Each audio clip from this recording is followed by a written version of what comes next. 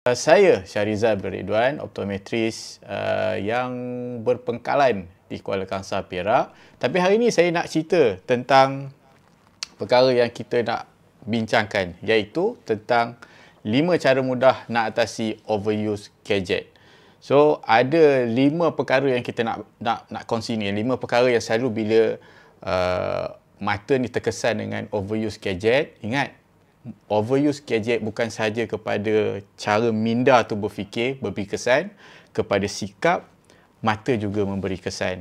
Selain daripada masalah autofocus, masalah dari segi power rabun yang semakin naik, kemudian dari segi menggunakan dua mata yang mungkin agak sukar untuk digunakan bila membaca, dan kesan-kesan ni haruslah kita test, terutama sekali bagi kita yang ada masalah ataupun situasi begini. Selain daripada kita cuba kontrol, tetapi kita cuba try 5 tips ini supaya perkembangan anak kita tu lebih sihat. Jom kita sama-sama saksikan. So ingat, tajuk kita hari ini adalah 5 cara mudah untuk atasi overuse gadget. Okey, yang pertama. Yang pertama ni tunjuk contoh letak tepi. Maksudnya tunjuk contoh letak tepi ni, ni nombor 1 ni. Tunjuk contoh letak tepi. Maksudnya apa? Kita duduk kadang-kadang kita dengan anak-anak kita rehat kan. Kita duduk dengan anak kita ataupun kita tengah santai-santai ataupun kita memang tak ada buat kerja. Kita duduk tengok TV, anak kita mungkin tengok TV ataupun dia tengah main gadget. Kita pun tengah main gadget. Tunjukkan contoh. Contoh macam mana kita letak tepi. Dia tengok kita main gadget, dia pun main gadget lah. Sebab kanak-kanak ni satu je. Dia tengok apa yang orang lain buat. Dia bukan tengok daripada arahan. Kalau kita, sebab memang ni didesainkan supaya tak berapa nak follow ikut arahan kita. Dia follow apa? Apa yang dia nampak. Ni visual ni. Apa yang dia nampak tu, itulah yang bagi dia, itulah yang betul. So, kalau dia tengok kita ni, kita pun main handphone, lama-lama, sengih-sengih, senyum-senyum. Dia pun rasa macam, oh, itu adalah momen yang paling best. Nah, momen yang paling best, dia pun nak buat macam tu lah. Dia nak feel benda tu. So, apa yang kita boleh buat, masa kita duduk tu, kita kena korbankan sikit lah. Kita letak tepi. Right, masa dekat depan, kalau boleh, elakkan main handphone dekat depan dia. Saya tahu benda ni susah, tapi dia sebenarnya bergantung kepada kita nak sejauh mana nak kontrol overuse gadget anak tu. Alright, ini tajuk kita hari ni bermaksud daripada awal-awal anak kita tu. Maksudnya masih dalam keadaan yang, orang kata apa, baru nak meningkat ni, mungkin umur 3 tahun. Yang kita awal-awal kita nak dedahkan gadget ni. Alright. Itu yang pertama, kita tunjukkan example, kita letak tepi. Ni termasuk juga anak-anak, kadang-kadang anak-anak remaja bila kita makan, kita duduk, kita berehat dekat ruang tamu, tunjukkan contoh letak tepi, cuba buat something activity, nanti kita akan beritahu lagi. So, ni yang nombor 1. Alright. So, saya nak pergi kepada yang kedua. Alright. Yang kedua, kita masih ada tajuk 5 cara mudah atasi overuse gadget ni. Yang kedua, saya nak ubah sikit. Alright. Okey, yang kedua, tukar konsep tak tahu nak buat apa. Tak tahu nak buat apa. So, bila anak kita ni, dia macam boring lah. Dia boring. Dia datang ke kita. Dia kata, tak tahu nak buat apa. Kan? So, bila tak tahu nak buat apa, kadang-kadang kita pun tak tahu nak bagi apa aktiviti. Ini memang masalah saya sendiri pun alami keadaan ni. Dan kita kata, pergilah, ambil lah, mainlah handphone, tengoklah video YouTube ke apa ke.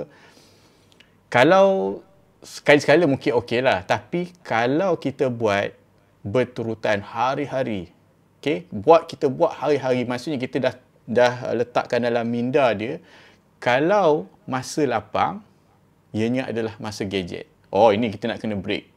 Sebab tu kita kena tukar, masa lapang adalah masa untuk buat aktiviti.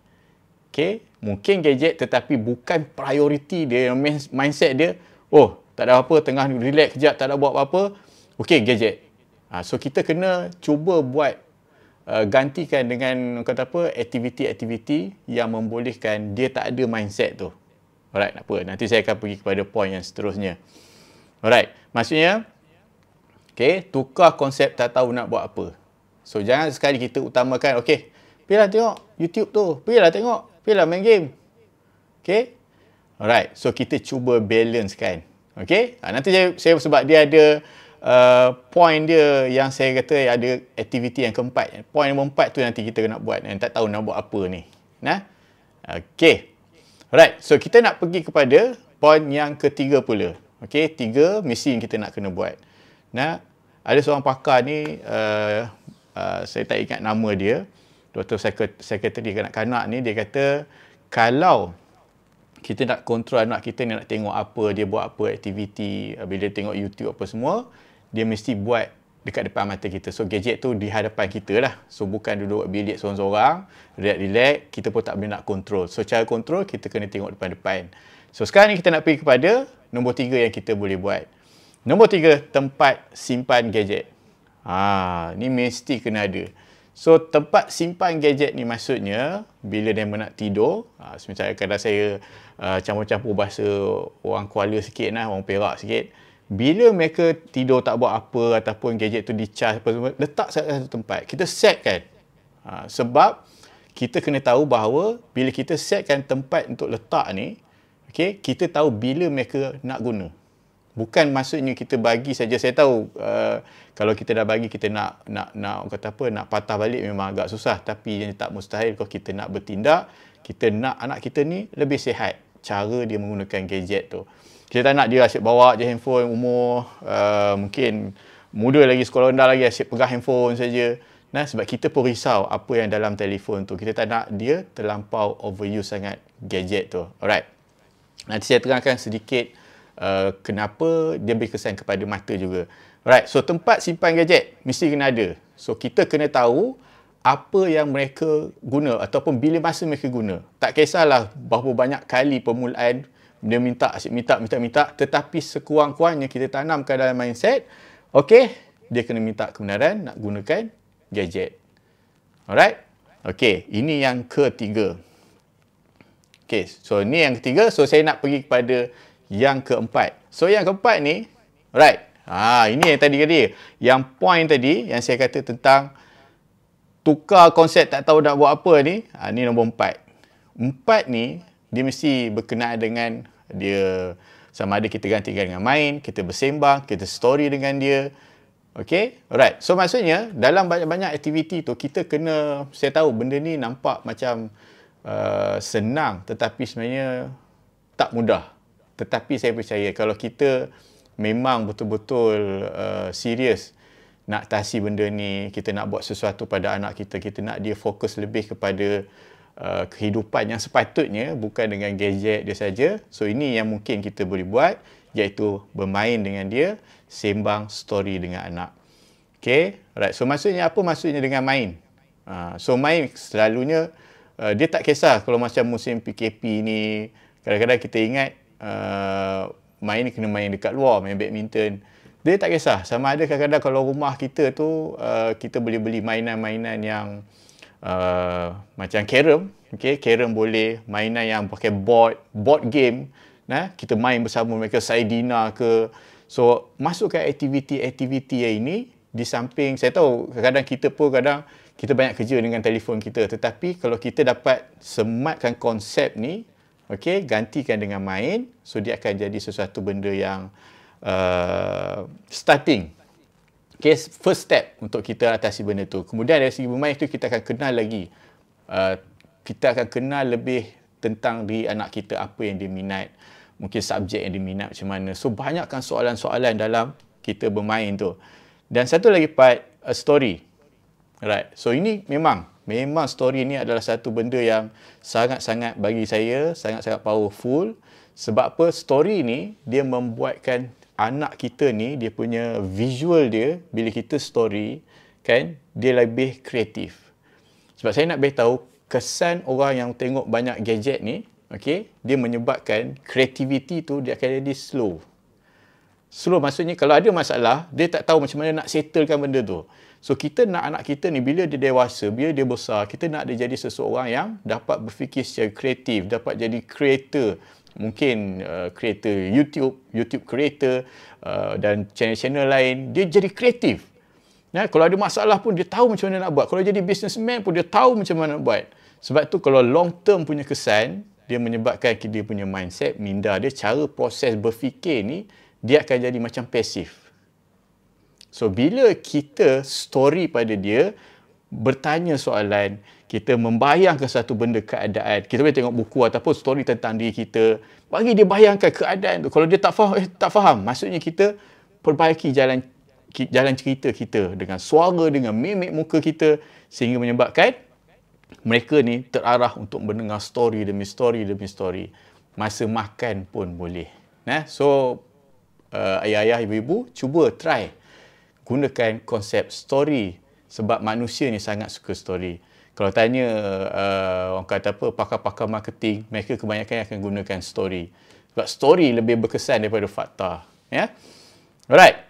Okay, so saya nak pergi kepada nombor 5. Okay, nombor 5, right, outdoor. Bagi kena matahari. Okay, so bila outdoor bagi kena matahari ni overuse, kenapa saya kata ni adalah salah satu cara mudah untuk atasi overuse gadget ni, sebab bila kita dekat outdoor, bila dekat outdoor, anak-anak ni keluar. Kalau dulu zaman saya lah.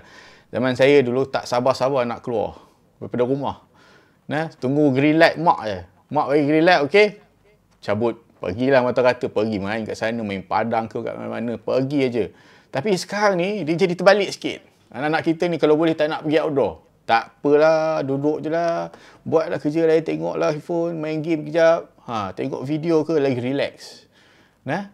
Sebab dulu dengan sekarang berbeza. So, kita ni sebagai penggalak, sebagai perangsang untuk mereka keluar. Tapi masa PKP ni tak boleh nak keluar sangat. Duduklah kat depan tu, walaupun kata minum-minum petang ke, janji dapat kena matahari, should be okay buat masa ni. Tapi dah habis PKP, dah boleh galakkan mereka keluar. Walaupun dalam sehari tu, keluar untuk menghadap matahari. Nanti saya cerita kenapa dia sangat penting. Alright? So, aktiviti outdoor ni, dia sangat sesuai untuk kita punya kesihatan mata. Saya sebagai optometris yang jumpa ramai student-student yang memang dia punya, ataupun kanak-kanak ni, yang sejarah dia memang dia banyak kepada indoor. Dan indoor banyak kepada overuse gadget. Ada beberapa masalah mata yang saya kata walaupun dalam rawatan, dalam vision therapy dengan cermin yang kita lebih khas untuk supaya mata dia jangan stres sangat, kita nak dia kembali aktif balik. So antaranya, galakkan pergi dekat outdoor. Buatlah aktiviti main badminton ke, basikal ke, apa ke. Wajibkan setiap hari. Walaupun dalam proses, orang kata apa, nak kuatkan mata tu. Alright? Kalau anda yang dalam live saya ni, boleh tinggalkan komen. Tinggalkan komen kalau ada apa-apa soalan masa saya menerangkan tajuk kita hari ni. Alright. So, saya nak pergi last sebelum saya habis live hari ni. Saya nak pergi kepada, saya nak tunjuk satu keadaan. Alright. Saya nak terangkan. Kalau tengok gambar rajah dekat sini, gambar rajah dekat sini adalah gambar rajah mata. Rentas daripada tepi. Cahaya matahari yang kena dekat pokok kelapa ni, dia masuk dalam mata. Alright. So, masuk dalam mata. So, kalau perasan, mata kita ni, dia berbentuk bulat lah. Dia berbentuk sfera. Dan orang yang ada rabun ni, dia punya sfera dia ni, dia lebih panjang. Dia lebih panjang. So, ni orang yang rabun jauh. Bila lagi panjang ke belakang, maksud kena letak power lagi banyak. Lagi panjang, lagi banyak kena letak power supaya cahaya boleh pergi ke belakang. Alright? Tapi, dalam banyak orang buat kajian, kenapa pentingnya outdoor ni pada mata. Salah satunya adalah, mereka kata, kalau orang yang banyak, dia buat kajian kanak-kanak yang banyak terdedah pada outdoor ni, dia, orang kata apa, nak dapat kenaikan power tu, ataupun dari segi nak dapat power rabun jauh tu, lebih kurang berisiko. Dalam satu artikel, yang ni saya tengok dalam satu artikel ni, dia ada cerita dekat sini tentang ni. Bila kena matahari ni, maksud dia kadar panjang, kadar panjang bola mata tu, dia jadi tak banyak sangat kalau banyak terdedah kepada cahaya matahari. So, tak ada, saya jumpa kebanyakan, saya kata tak pernah saya jumpa parents yang bila anak dia kena pakai kacamata, dia nak, atau anak dia power dia naik. Tak ada. Kebanyakannya kau boleh nak hilang terus. Kemudian banyak yang nak power hilang terus, kemudian nak kurangkan power atau stabilkan. Bila power rabun dah ada, satu yang kita kena buat, kita kena ingat dalam mindset kita, kita mesti nak nampak dia terang. Okey. Kedua, kita tak nak dia naik banyak sangat. Okey. Dan yang ketiga, ni kadang-kadang orang terlepas pandang.